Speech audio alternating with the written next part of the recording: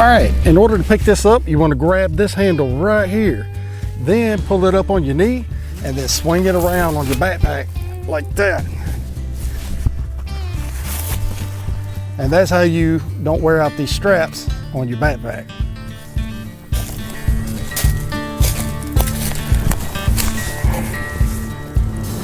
Remember guys, whatever you bring in with you, make sure you take it out with you.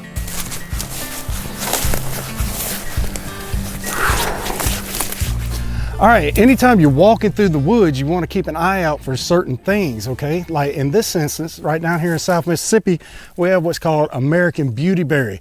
Now the leaves, if you saw me rubbing this on my arms, the leaves keep the mosquitoes and the biting flies away. The berries are edible, and this stuff is just like a natural insect repellent. So you always want to be able to get something off the landscape and use it naturally if you can.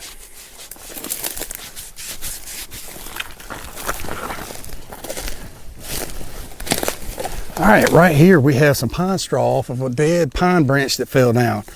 We're always wanting to think about starting our fire. So it's been raining a little while.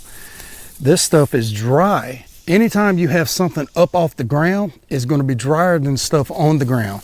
So you want to go ahead and collect this, put it in your pocket. That's why you got cargo pockets on your pants, and you can use this to start a fire whenever you get to your camp spot.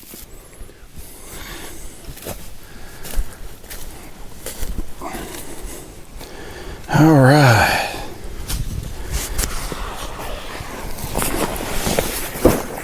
All right, I guess we'll stop here and get us some water on the way to find us a camp spot. Now remember how I said keep your stuff on the top?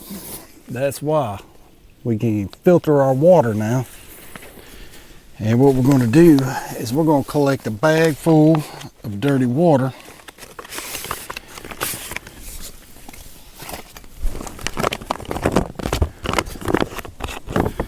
A little bit easier to take our metal water bottle and fill it up first.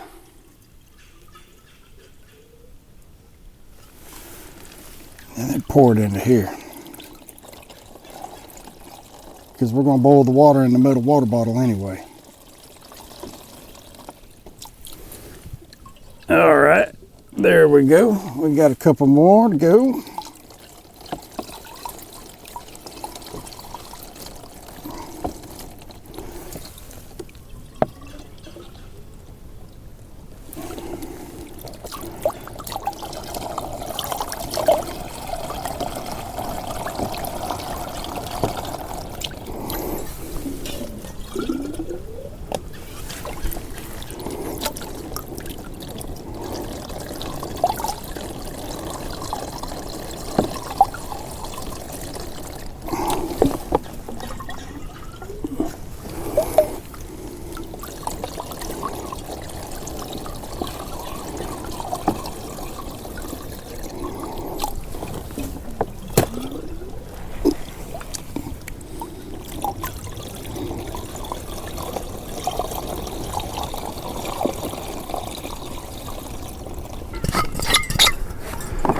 Now we got us about 1.5 gallons of dirty water. All we got to do is filter this once we get to our camp, and we're good to go for drinking water.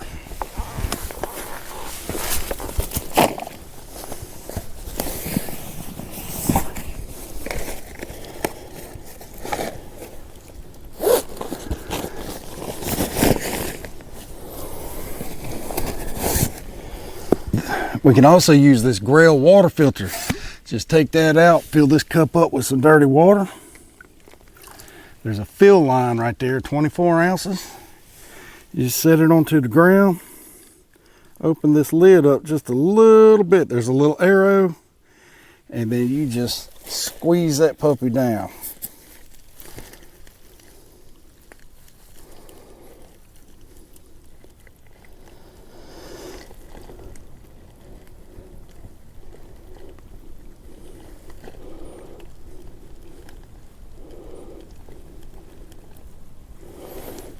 Now I had a little bit of clean water in here already.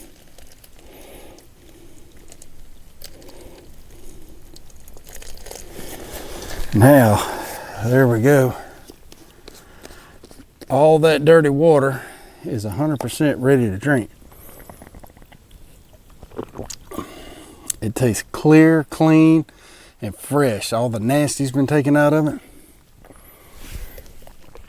Now we got drinking water for the trip. All right, let's continue on.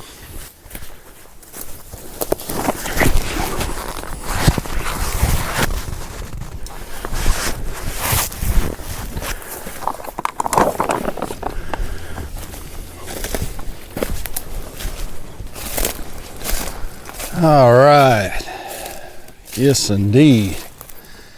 I think this is going to work. We got a tree here and we got a tree here. All right, so we have a tree here and a tree here. They're right off camera. They're about 12 to 14 feet apart, and there's no dead trees laying around that can fall on us in the middle of the night if the wind picks up. Those are called widow makers. You got to watch out for those whenever you get to a camping spot. But it's relatively clean in here.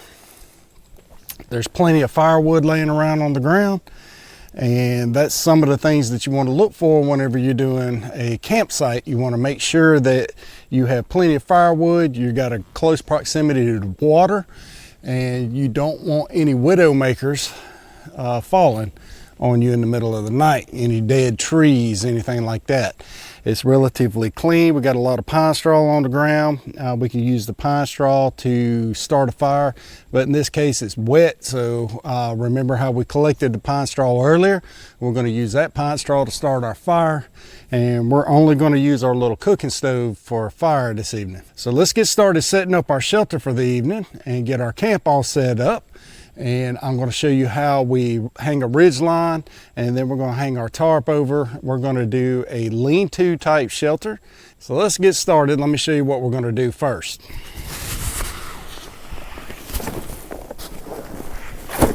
So first of all, we're going to get our bank line out, and this is what we're going to use to make our ridge line on our tarp, and I'll show you how to do that in the next step. What we have here is our bank line. This is what we're going to use to go from tree to tree. This is going to create what's called a ridge line. Now for this ridge line, what we're going to do is we're going to loop it over just like so. Then we're going to fold it around and make an overhand loop knot. Now with that overhand loop knot, we're going to create a toggle, and that's how we're going to affix this thing to this tree on this side. What we're going to do is take this string that we put this overhand loop knot in, and then we're going to wrap it around the tree like that. Then we're going to pull the string through the loop, and it's going to make another loop.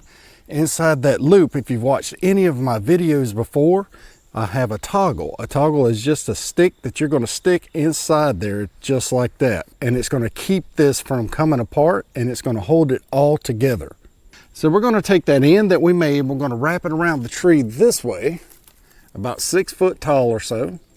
We're going to pull that string through our loop and create a marlinspike hitch, and we're going to put this toggle through that loop just like that. Now we can run this string all the way to the other tree. Now we're going to run this all the way to this other tree, and once we get our ridge line up, then we're going to come in and clear the vines out and everything and get it ready for our camping spot. So here we're going to do what's called a trucker's hitch. So we're going to pull this as tight as we can get it around this tree right here, about 6 foot, a little bit taller than me, right at my height. And we're going to come around here and do a trucker's hitch. Now doing a trucker's hitch is not really that complicated.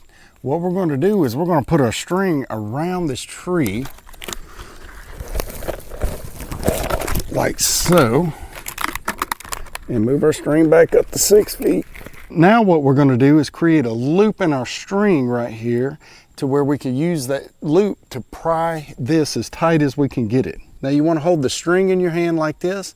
You want to twist it up and then back through here just like that.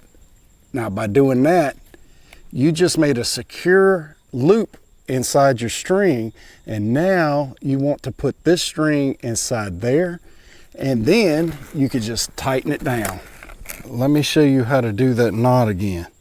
So you take your hand, you want to take your hand backwards and you want to twist it around like that. Then you want to take that loop and slide it through just like that, and you're going to create a loop right here. So now you're just going to feed this string the end through that loop, and you're going to pull this dude as tight as you can get it. And then it will cause this string right here where our ridge line is going to be extremely tight. Now once you get to the point where you got it as tight as you want, you just pinch it off right here to where it won't slip. And what you're going to do is you're going to make 2 slip knots. 1, 2, just like that, and it's going to keep it from slipping. Now whenever we're done, we're able to untie this, and we're going to save our cordage so we can use for something else. Now remember how I said keep them gloves nice and handy? They always come in use. So what we're going to do is we're going to pull these vines down out of these trees.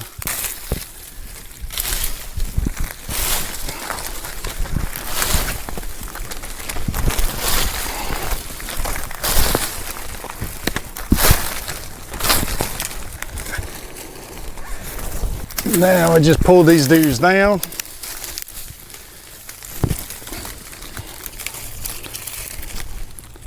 Fire tinder. We can start a fire with this. And also, all these sticks right here, even though they're dried and dead, all these old vines we can use as kindling to start our fire.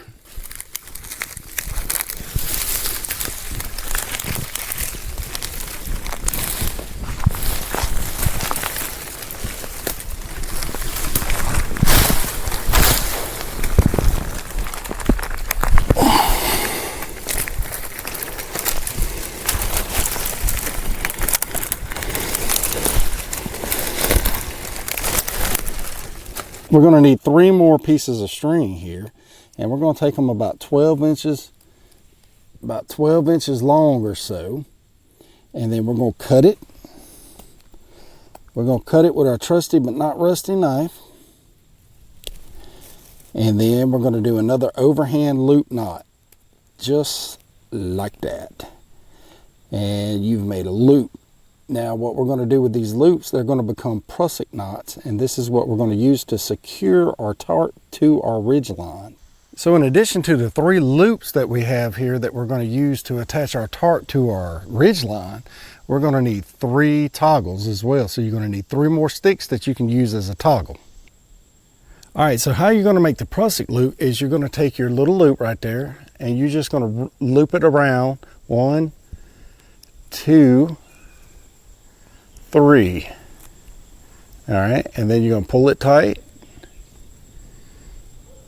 and make sure everything's on the outside, pulls together nice and neat like that, and it's going to resemble a little fist, a little monkey's fist right there, just like that. Okay, now when you have tension going this way, it's not going nowhere. This way, it's not going to go nowhere, but you could slide it up and down the ridge line however you want to slide it back and forth. But once you put tension on it, it's not going to go nowhere. All right, we need to repeat that process 2 more times.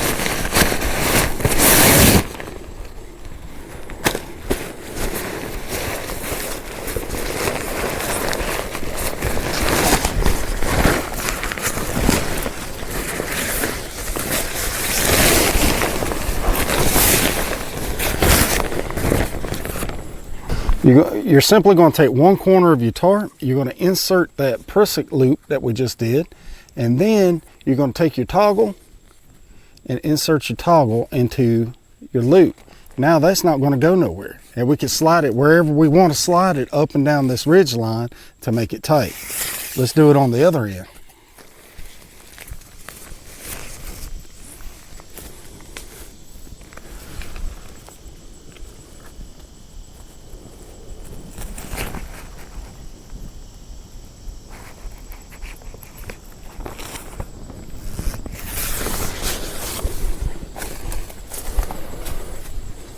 Now let's hang the one in the middle. We're all going to go the same direction. Just like that. Now we can pull it tight.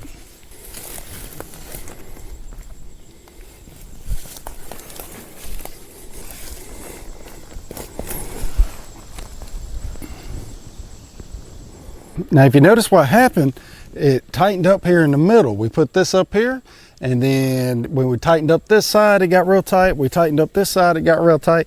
Now this thing is nice and tight and stretched out along the ridge line here.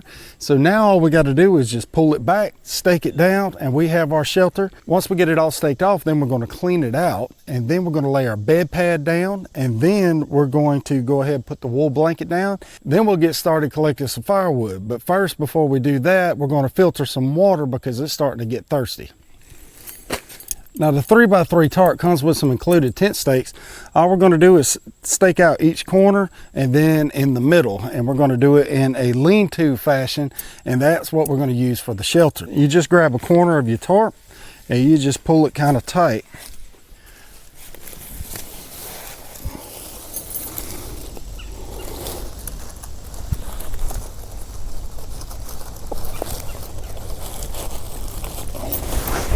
And do the same thing in the middle and do the same thing on the end. All right, so we're going to pull our end relatively tight and insert it in the ground, and then the middle here, and insert it into the ground. There we go. Now we have created a lean-to shelter, and we're going to put our bedding down back here, and then we're going to clean this out, and then we'll be able to cook and everything up front here, hang a lantern on the tree. But right now, let's go ahead and filter some of that water.